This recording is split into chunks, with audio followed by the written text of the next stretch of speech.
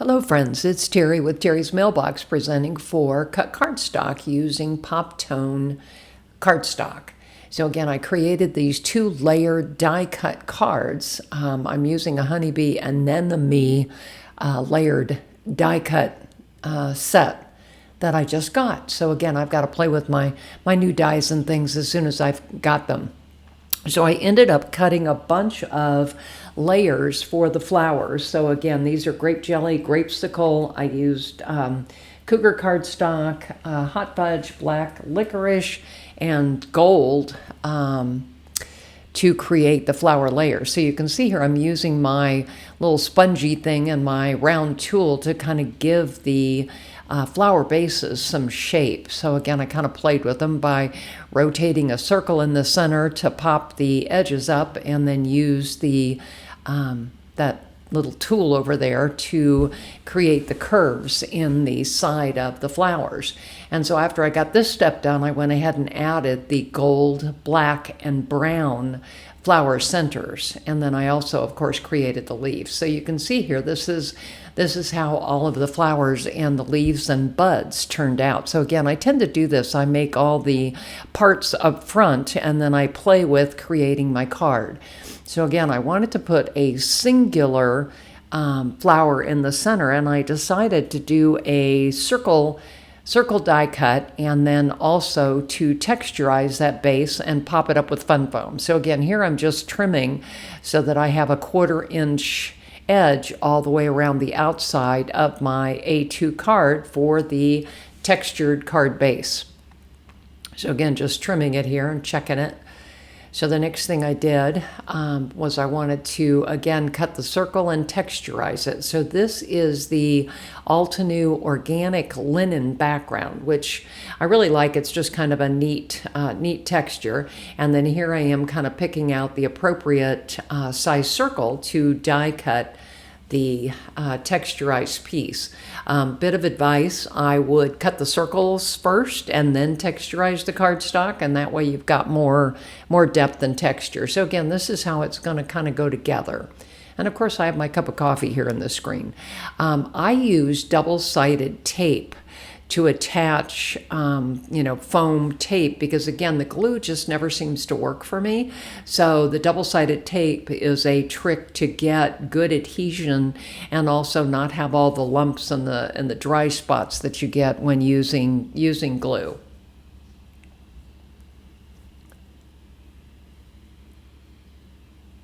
So again, here I'm going to start designing my card. So I know I want the flower to go in the middle, and I used a piece of foam tape to pop up the center of that flower there. So that's kind of what I'm playing with.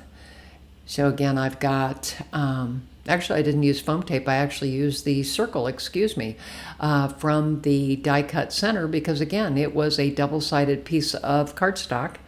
So I trimmed it to be just below, or smaller than that floral piece.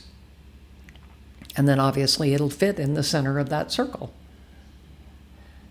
So again, I'll go ahead and take off the backing, and then I'll go ahead and center that flower.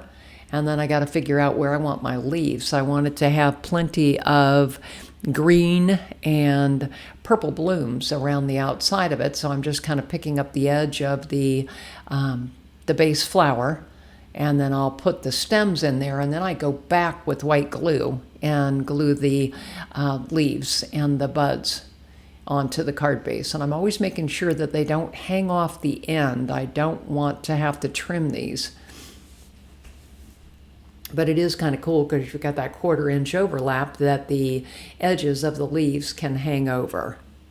So again, once I've found my space there, I'll go ahead and grab my white glue and just, pop the little pops of white glue behind there. And then I'm going to put it under an acrylic block to help it stick. Again, that textured background does create a little bit of a challenge.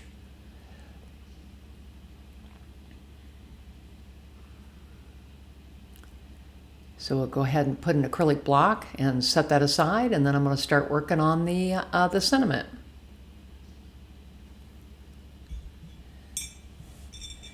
So I pulled out my trusty Misty, and I am stamping just this sweet little sentiment. This is from an Altenew set, Missing Your Smile. And then I will die cut it using that small die cut sitting to the lower right. I'll go ahead and tape it on and run it through my die cut machine.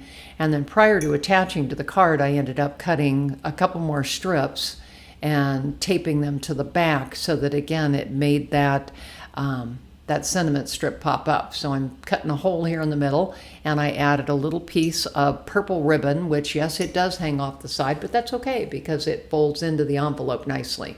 So once I found my space, I went ahead and added more tape runner and then added it to the card, and then that card is complete.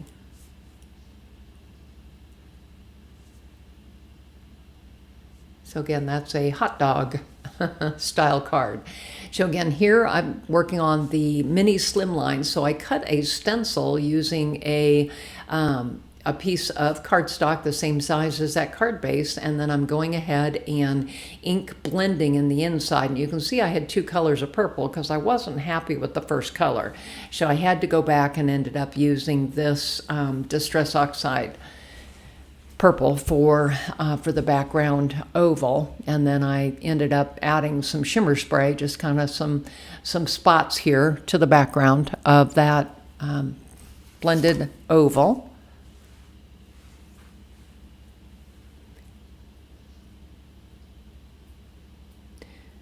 And so the next thing I'm doing is just arranging the flowers. Like I say, when you get your flowers in pieces as parts put together up front, it's very easy to design and create the card. So again, I'm just kind of adding white glue here and trying to figure out where I want my floral pieces. So I'll get those all put together. And then the next thing I'm going to do is add some ink, Schmoosh ink there on my craft mat. And I'm going to add a little water, and I'm doing more splatters on there. And again, just kind of covering the entire card. So I've got some on the flowers, some on the leaves, more on the background. So again, it just kind of adds a little bit of a pop of color and interest rather than just having a plain background. So again, I think I'm finished with that part. So the next thing I'm doing is I have this sentiment that I found in my stash. I tend to die cut and assemble shadow sentiments and keep them near my desk so that I can use them on different projects. So I added foam tape all the way around. So now I'm just trying to decide where I want it, and I'm thinking I like the middle better. So we'll go ahead and put that there. And so that's that card. And then there's my other card. So there's two different versions of textured layer die cut cards. So again, this is Terry with Terry's Mailbox. I'm on Instagram, Facebook, Blogger, and YouTube.